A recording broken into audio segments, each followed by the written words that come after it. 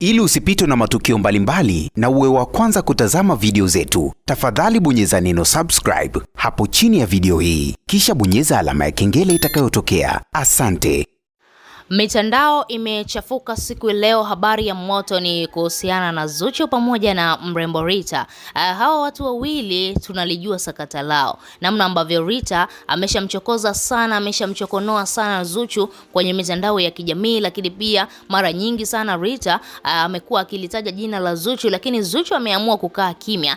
Zuchu alikuwa kimya sana, hakutamani kabisa kubishana na Rita kwa sababu alijua kabisa Rita anachokitafuta hapa ni umaarufu. Sasa Zuchu alikuwa hatamani kabisa kumpatia Rita umaarufu, lakini sasa hivi baada tu ya Zuchu kubeba ujauzito wa Diamond, ni kama vile amekuwa na viasira fulani hivi, ni kama vile amekuwa na namna fulani hivi, kama ambavyo tunajua mama wajawazito kuna muda unakuta anakukasirikia, kuna muda anakuwa na hamu na tikiti ukimletea hali, yani visirani ambavyo havieleweki. Sasa Zuchu ni kama vile huu ujauzito wake unampelekesha.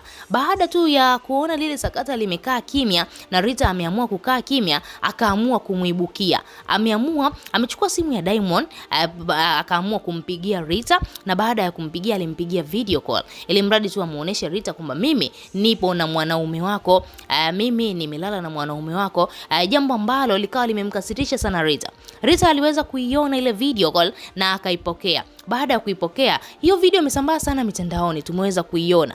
Baada ya Rita kupokea ile simu, Zuchu akaanza na matusi kwamba haya, mwanaume huyo hapa nimelala naye, unataka kusemaje? Sasa Diamond anakuja kushtuka, imekuwaje tena? Mbona kama vile watu wanachambana? Kumwangalia Zuchu amecharuka, ukimwangalia Rita huko kwenye video call amecharuka. Kila mtu akawa amemwakia mwenzake, wakawa wanatukanana. Diamond akawa anashangaa. Unajua ile mtoka kwenye usingizi hivi unakuja kukutana na tukio, unashindwa kuelewa ni kitu gani kinaendelea hapa, imekuwaje, imeanzaje, nani ambaye amempigia mwenzake, imekuwaje, na ukiangalia ni simu ya Diamond. Sasa Zuchu ni kama vile ameona hizi ni dharau.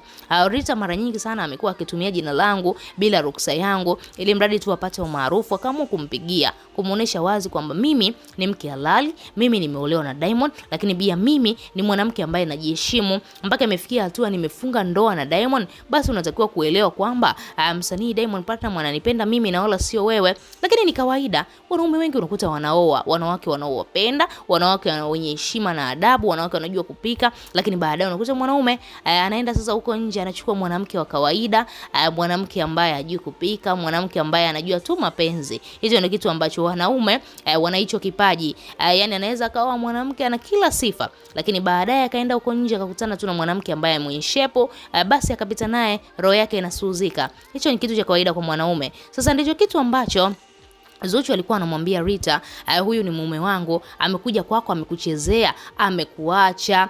So unajua ule wimbo wa Zuchu, wachezewa ukimaliza kwenda, inamaanisha kwamba alimuimbia Rita ule wimbo moja kwa moja kwamba wewe utachezewa tu, alafu baadaye Diamond ataondoka zake. Na hicho ni kitu cha kawaida. Na tunafahamu wazi mara nyingi sana wanaume ambao wameoa, namna ambavyo wanachukulia wanawake ambao wanakutana nao huko nje ya ndoa, inamaanisha wazi kwamba hao wanawake ni wakupita tu, kwamba huyu mwanamke nitakuwa nao kwa mwezi, nikishamaliza hamu zangu basi naachana naye. Sasa wewe mwanamke wa huko nje unatakiwa utambue, unatakiwa uwe na akili, unatakiwa ujielewe kwamba hivi huyu mwanaume ana mke wake, kwangu mimi anapita, kwangu mimi sina faida yoyote. Basi lakini Zuchu amefanya jambo la maana sana kumpigia Rita. Kiukweli nimecheka sana baada ya kuiona hiyo video. Yani Zuchu ni kichaa sana. Hatujajua alilala akiwa amekunywa mapombe labda na hangover au vipi, sisi hatujafahamu, lakini Rita amekiona cha moto, hakudhani wala kufikiri kama Zuchu angeweza kufanya jambo la namna hiyo. Wewe kama shabiki una lipi la kuzungumza? Tuachie maoni yako, lakini pia usisahau kusubscribe.